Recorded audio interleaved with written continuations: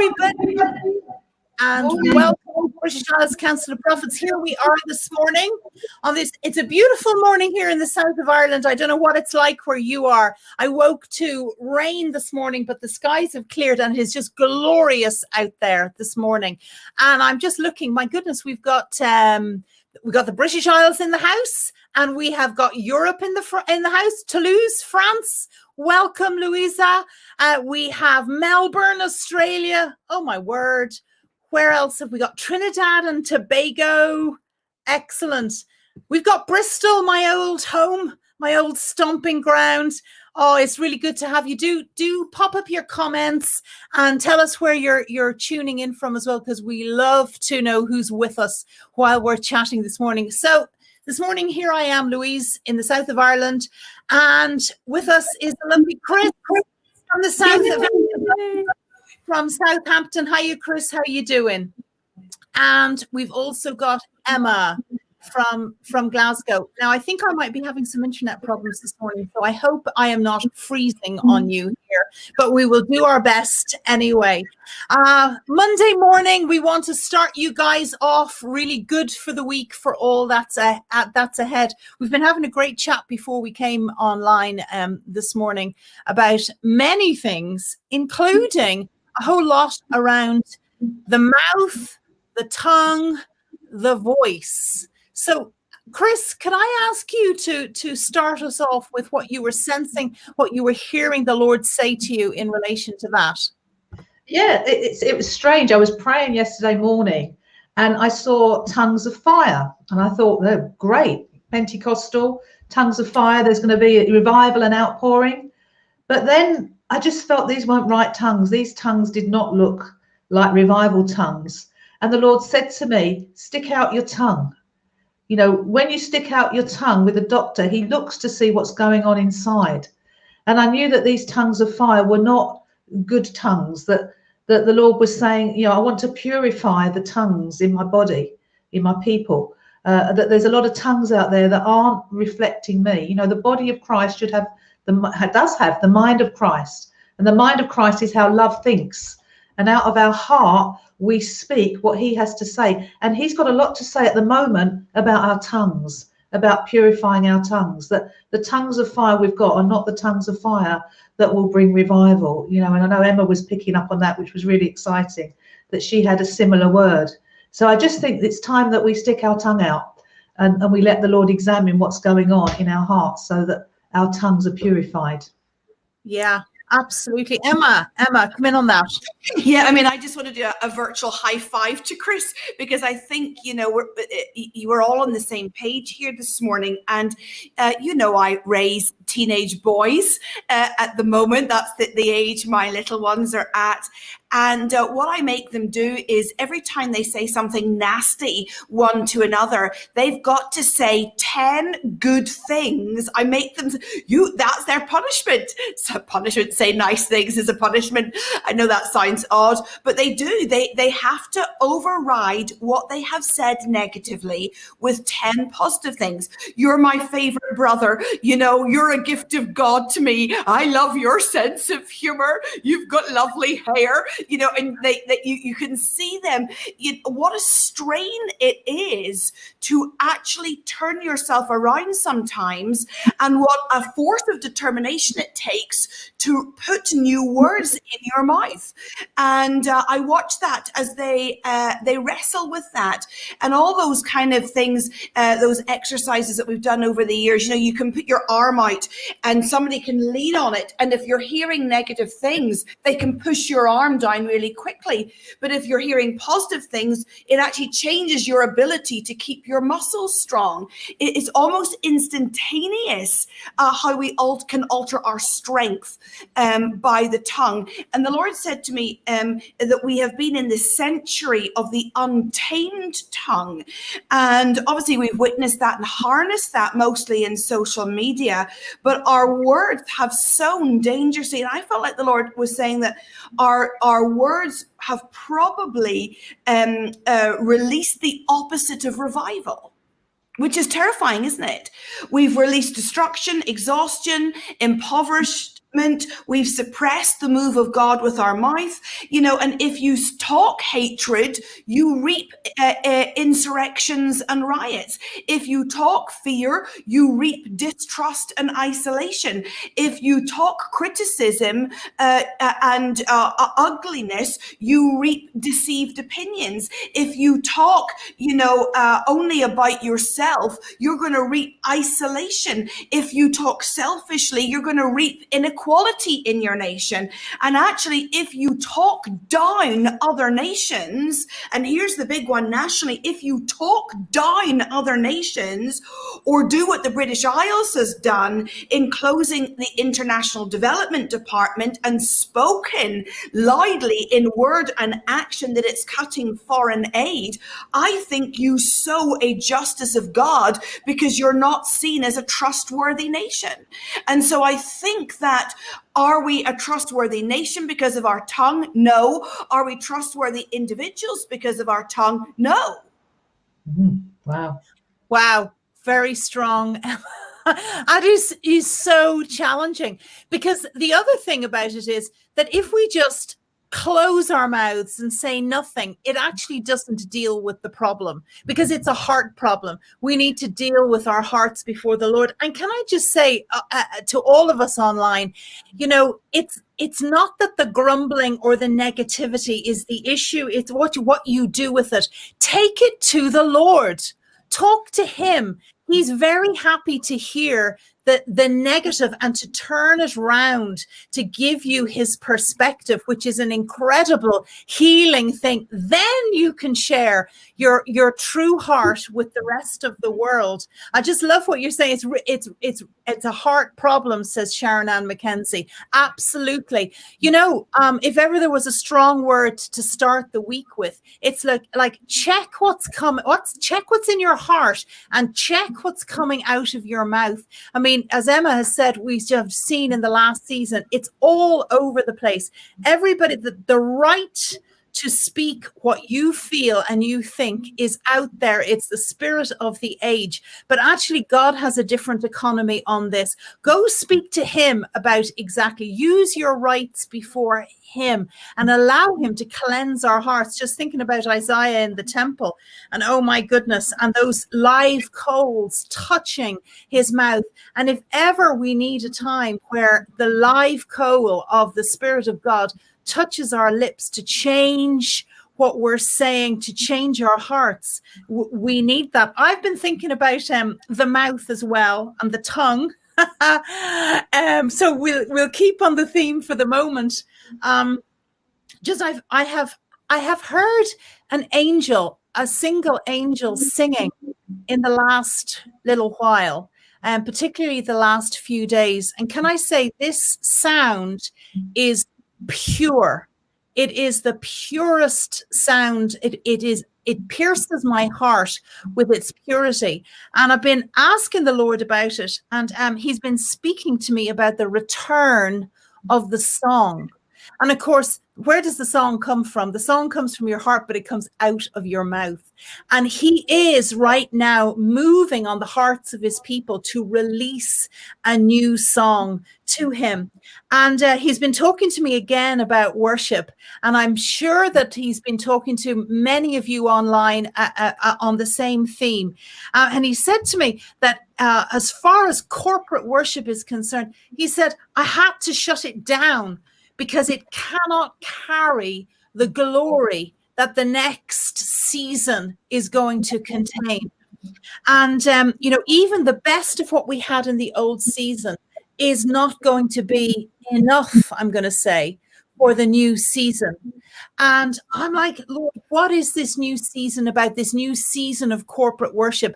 I mean, it feels really insecure.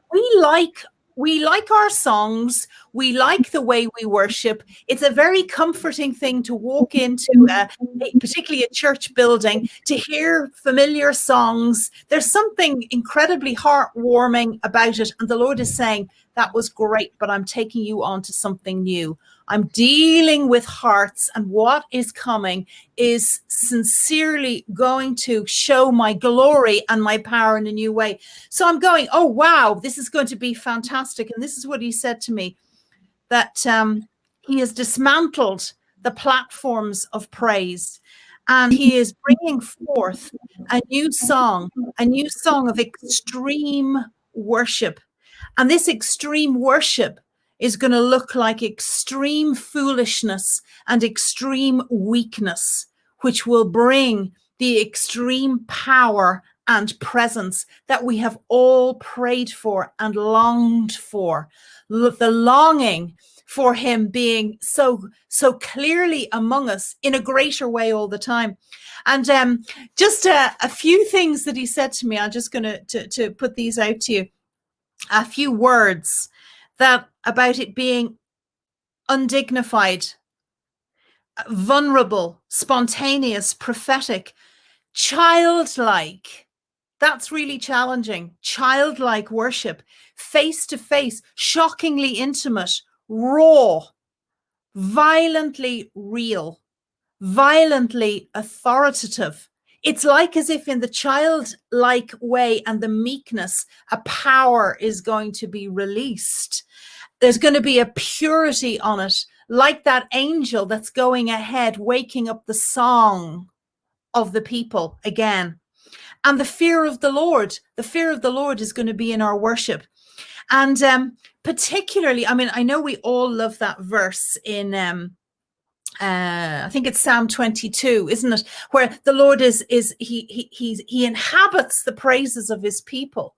But if you actually look at that scripture, it's the unrehearsed, it's the unplanned worship in Psalm 22, the Tehillah praise, not the tequila praise, but the Tehillah praise. That's the one that he actually says, that's the one I can come and be part of. That's the one I can land in. Now I'm preaching, so I need to get out of preaching. Let's talk about that.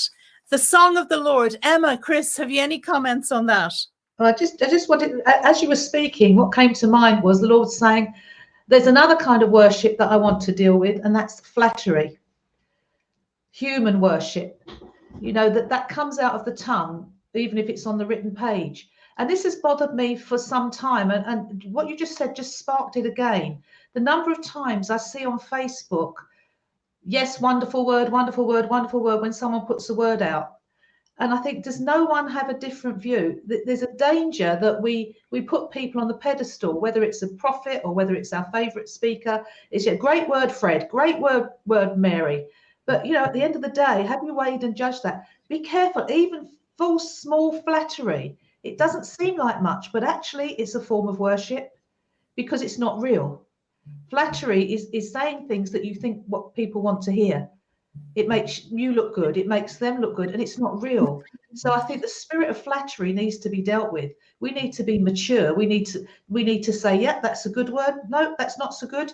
Whether I need to say anything about it, I don't know. But this tendency to, what the young people say, big one another up with whatever we're saying is not helpful.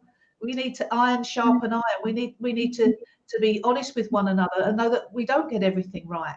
You know, bless Chris Valentin, you know, he puts things up, he repents and he gets knocked for it. But the number of times I see on his page that whatever he says is kind of applauded. And I'm thinking, this isn't helpful to any of us, this culture of applause, of flattery. We need to say, yep, that's good. That's not so good. That's for me. That's not for me. But it's about weighing and judging and discerning and being mature with what we hear as well, what we respond to as well, not just what comes out of our mouths. Yeah, it's interesting. How would we define corporate worship? I think that's an interesting one to start to work around together, because of course corporate worship sounds, or we think it is, I'm going to sing together following a worship leader. But I actually think corporate worship is where everybody brings their part. That it's not corporate because we are all following one man with a guitar. It's corporate because my portion is brought to the table. And I think there's a massive difference in our corporate worship, that actually if I just come to follow, I have lost something. I come to bring an expression of my heart. And if I am silent, the corporate story is diminished, that I must come with my brothers and sisters, and my heart must thrill and overflow in adoration, as must their heart. And in each bringing our portion, we weave together the framework that builds the throne of God in the midst of us. Yeah. And I think we have come expecting to be led. Now, that's a lovely thing, because we need good leaders. We come expecting to be led, but I think we have forgotten, and here really is where the Achilles heel has happened in worship.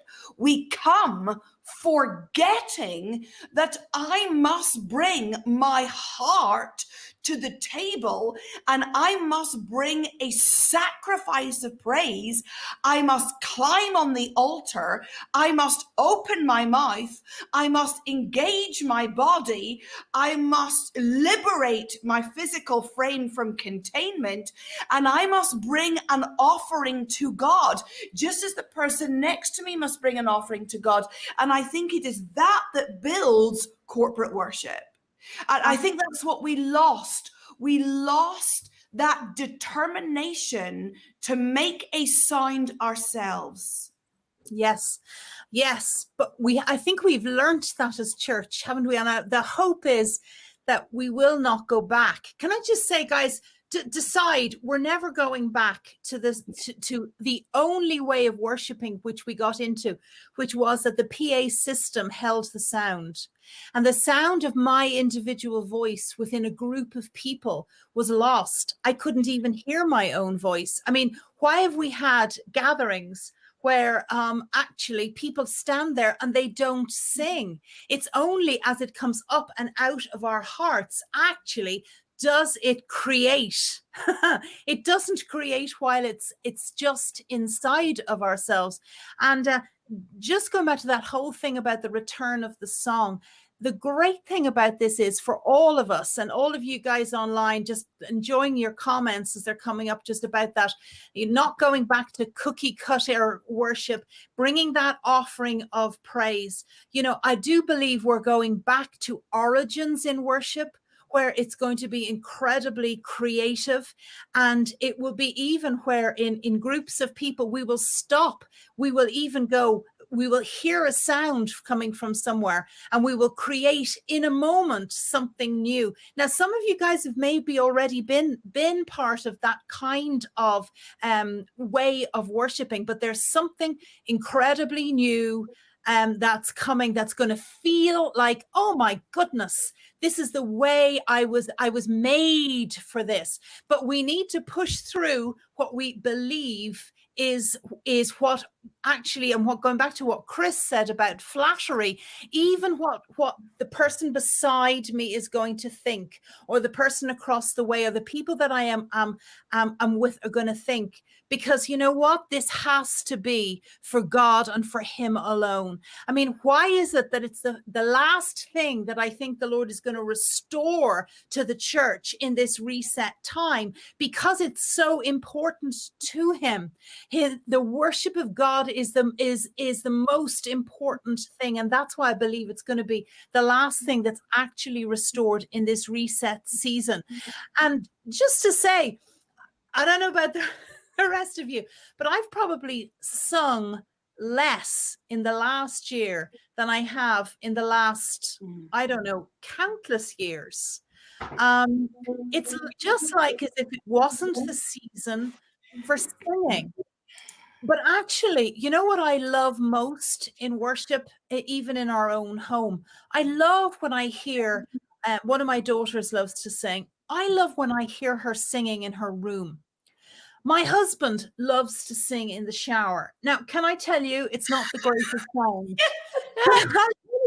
There's something raw about it. There's something vulnerable about it. It's usually out of tune, but boy, is it from the heart. And it's usually an old song. He doesn't ever seem to sing new songs in the shower. but there's something fresh on it. And I love to hear it. And just the encouragement to you guys today, allow the Spirit of God to reawaken the song in your heart, because as you find that sound and sing with the angels, as you find that, just a phrase, whatever it is, sing in the shower, sing in the garden, sing wherever you want to sing.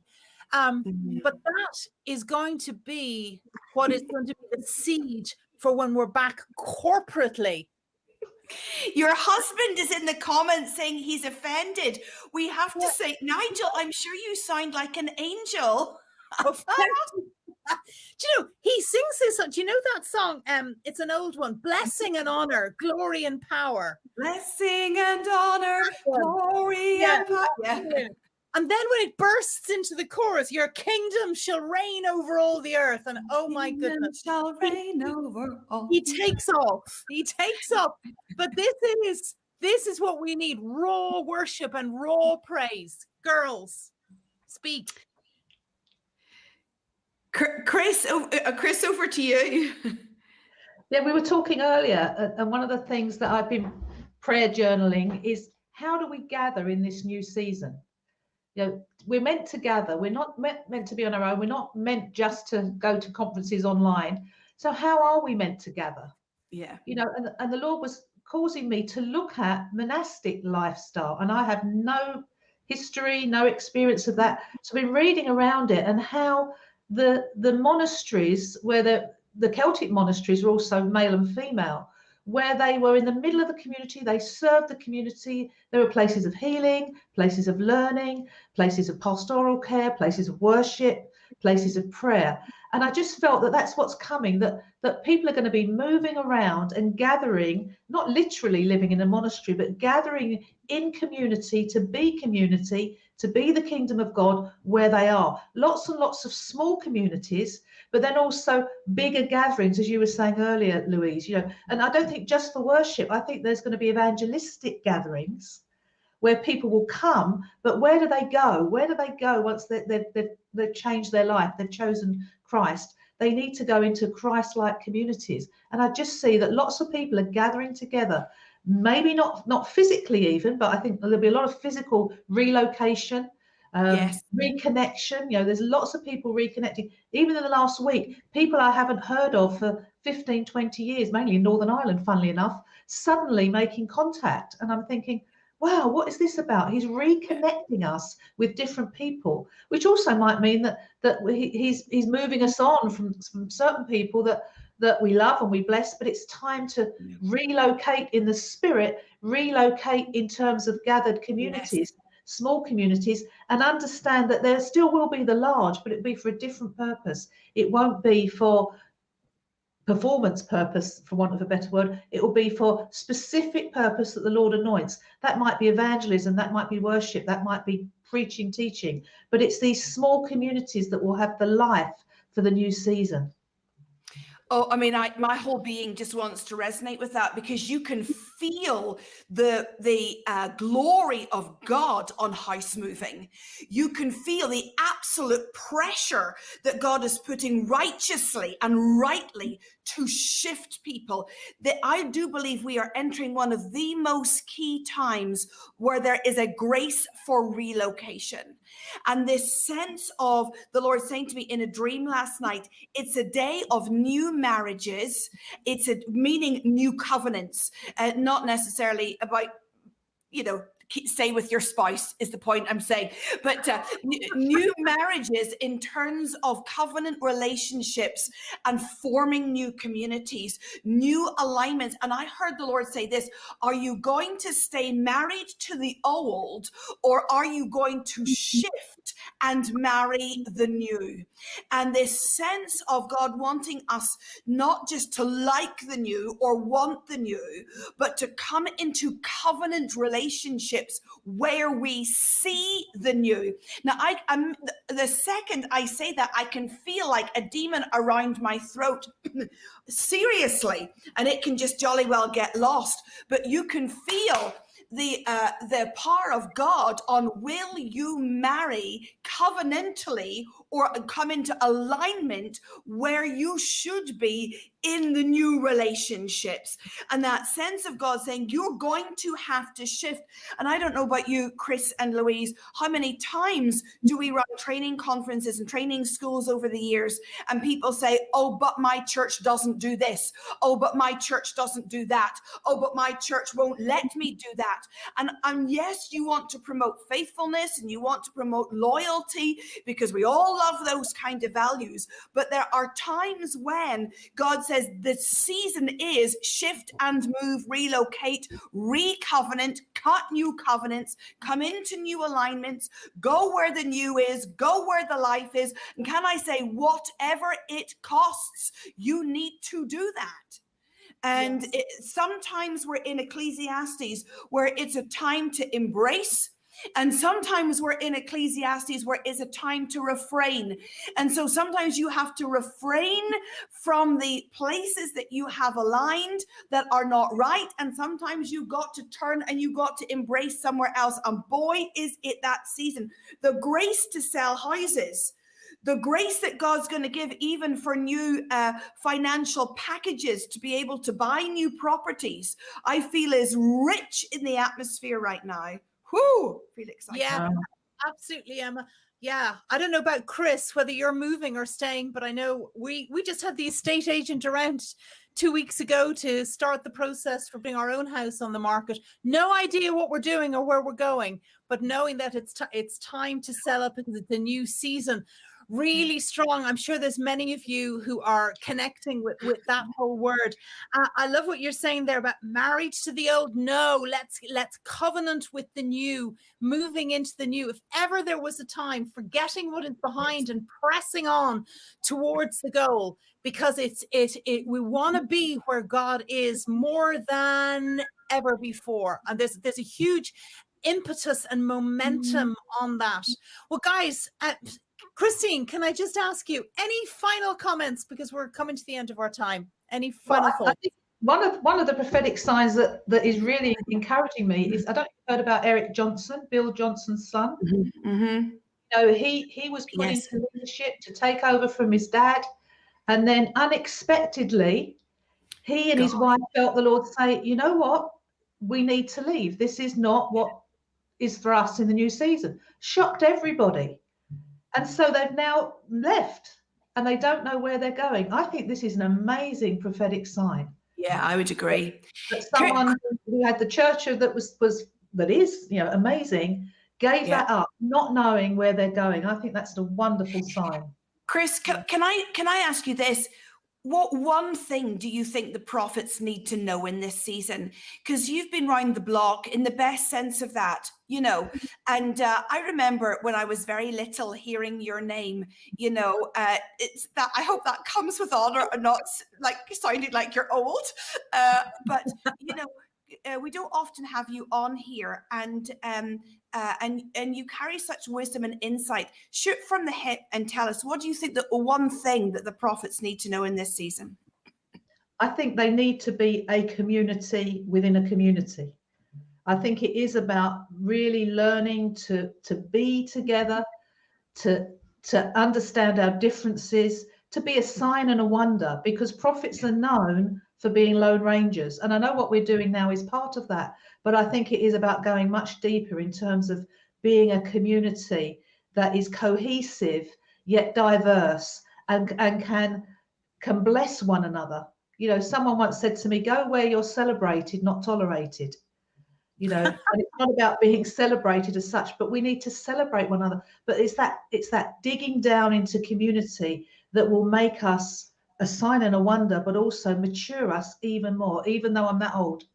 That it's the maturing through community. Because if we're not doing it, and the Lord is saying it's about community out there, we're missing it. So we need to be what is coming. Yeah, excellent. I love that. We need to be what is coming. What a word. Yeah. Be what is coming. Oh, you had a few real wonderful phrases in there. I love that. Cohesive yet diverse. Community within a community. Be what is coming. I'll tell you, Chris, they're loving you on the comments this morning. Chris, as we finish, will you just gather our thoughts together? Will you pray and will you release us into the week that's ahead? Yes, Lord, we just say amen to what you're doing. Amen to what is not yet. Amen to what we can't see. Lord, we will be what you want us to be, though we can't yet see it. Lord, I just pray for everyone out there who's been inspired, who's been touched, who's been challenged, particularly for moving in the natural, moving in the spiritual, moving relationally. It is okay.